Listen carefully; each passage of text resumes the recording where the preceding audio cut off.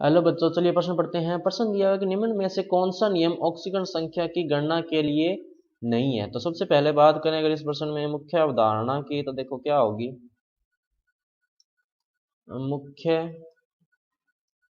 अवधारणा जो इस प्रश्न में होगी वो होगी ऑक्सीकरण अंक, ऑक्सीकरण अंक के गुण। तो देखो सबसे पहली बात कि फ्लोरीन पर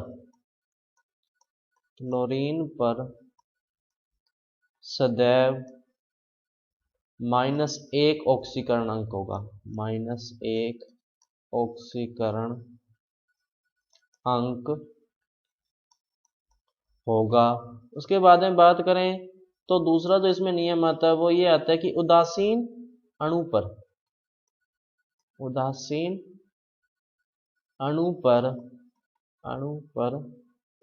ऑक्सीकरण अंक 0 होगा, ऑक्सीकरण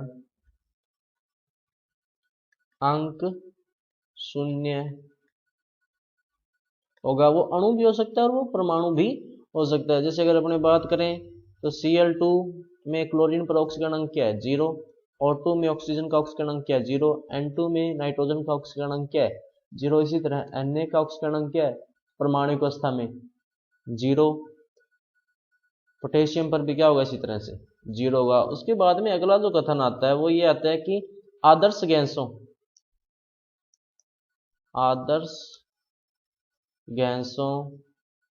का ऑक्सीकरण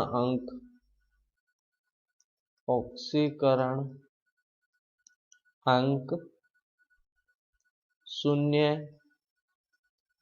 होगा। उसके बाद में अगला जिसमें आता है कथन या गुण जो आता है वो ये आता है कि हाइड्रोजन पर धातुओं के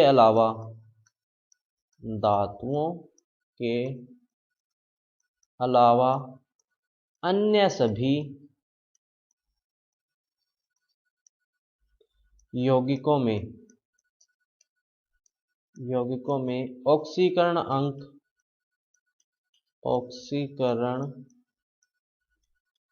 जो है वो कितना होगा, +1। क्या होगा, +1। इसी तरह फ्लोरीन को छोड़कर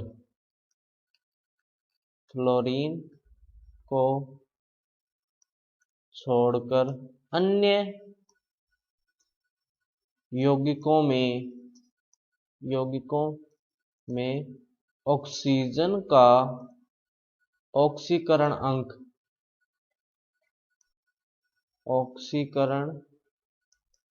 अंक कितना होगा, -2। फ्लोरीन में जो इसका क्या होगा, +2 होगा।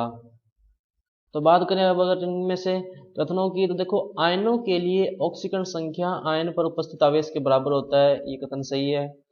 ऑक्सीजन का ऑक्सीकरण संख्या इसके सभी यौगिकों के लिए -2 होता है, नहीं, सभी के लिए -2 नहीं होता। फ्लोरीन वाला जो होगा यौगिक कौन सा, OF2, यहाँ पर जो ऑक्सीजन का ऑक्सीकरण अंक है वो क्या है, +2 है।